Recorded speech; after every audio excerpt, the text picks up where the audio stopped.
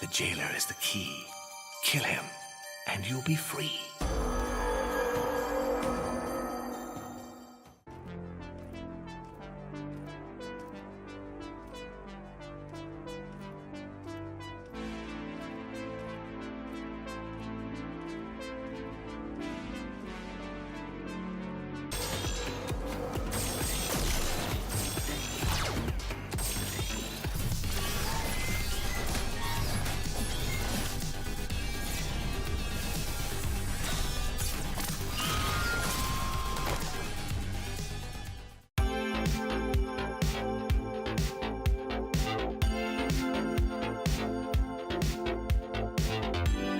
Some time ago, I got Furi for free, and I liked the look of it, so was quite intrigued.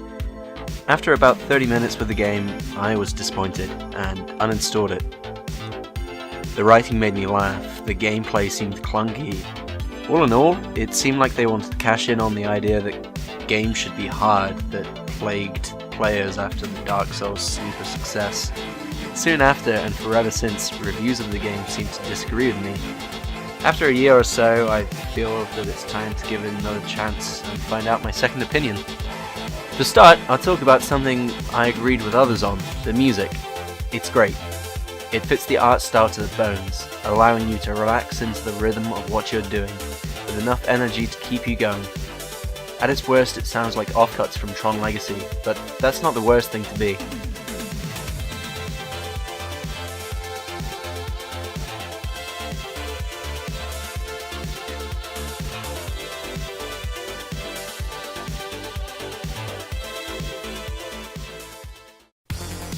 The sound effects also sound fantastic, once again fitting the overall aesthetic while sounding weighty, visceral and satisfying. The audio prompts for parrying, for example, are always distinct, clear and commanding. However, the game is very withholding of this pleasure.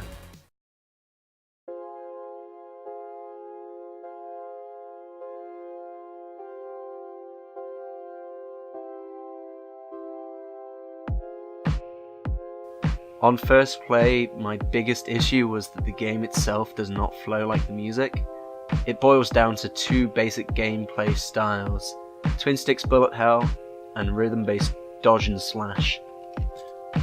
When I first played the game, I thought they were detached, and I thought it was lacking the streamlined transition. Now I realise that the two sit awkwardly together like oil and water. The game will have the characters flit about like lightning, which is fine until they appear right next to you, meaning you'll have to switch control scheme abruptly while deciding to dodge, attack or parry. Get the first layer of the first chunk of life down, and the rules change a little more. Squeezed into a tiny bubble, you need to forget some of the old tricks and read their body language. This would be fine if your hands weren't still trying to play the bullet hell game from seconds ago, and if the enemy didn't make unfair evasions because you tried to hit them instead of dodge, or vice versa, even though that either should be fine if the game was playing fairly. But it's not. Which brings me back to the parry. If you miss it, you get hit once, and the enemy does their magic lightning act, moving some other place for a new maneuver. That's fine. Parry successfully, however, and they'll magic a second attack from somewhere, disallowing you to land a riposte. Call me old-fashioned, but a successful parry should be rewarded with time to riposte, or take a breather.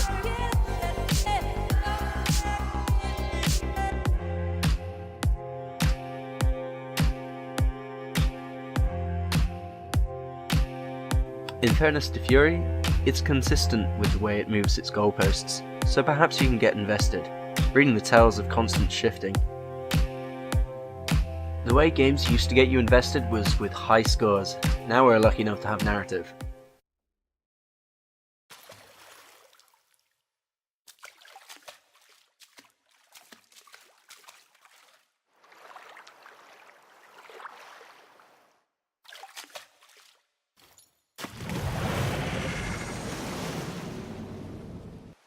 Look at the filth around you. Darkness. Look at me. Don't look so horrified. You're staring at yourself. You did this to me. Finally!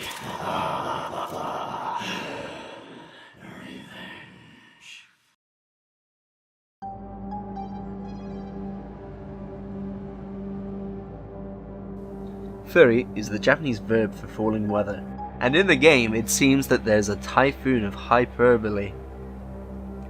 What little story there seems to be is spoken to the player in numbing exposition dumps, often by irritating characters, and the way those characters speak is like a teenage poet's fever dream.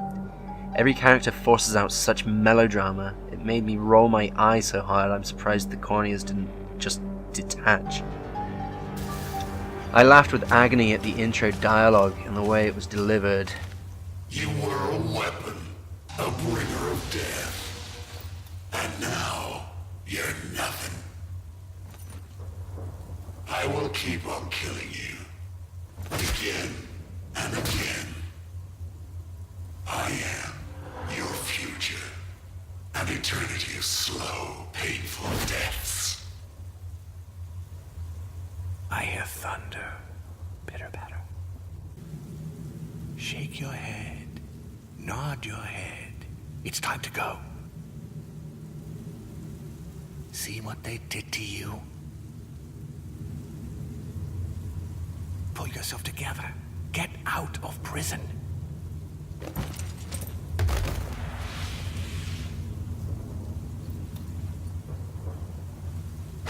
Kill the jailer. Fight for your freedom. Even the player character seems to be wishing others would join his silence. That, my friend, is a prison. A prison within a prison. A very clever trick.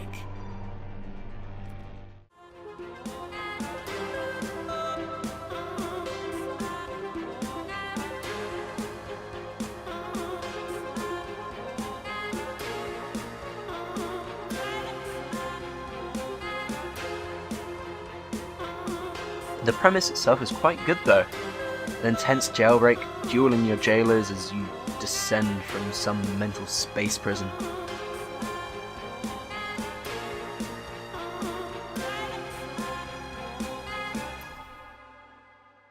As for the jailers themselves, they have a beautiful colour palette, just as the environments do also. And they all seem to have interesting attack styles, of what I saw anyway, I didn't beat the game. But they sometimes look a bit like someone melted all the cool bits of an action figure together. And that rabbit head guy just seems like he's a token quirky character. Oh god. Makes me want to peel off my skin in disgust.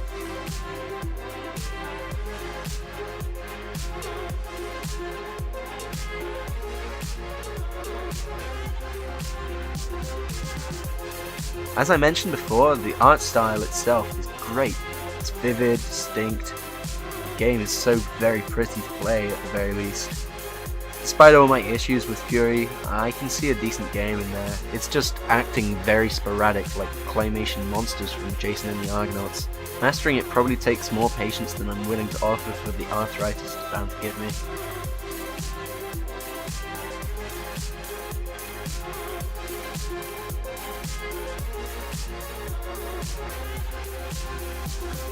When I first played it, I disliked it, but my second opinion of Furi holds a little more respect for it. I simply don't care.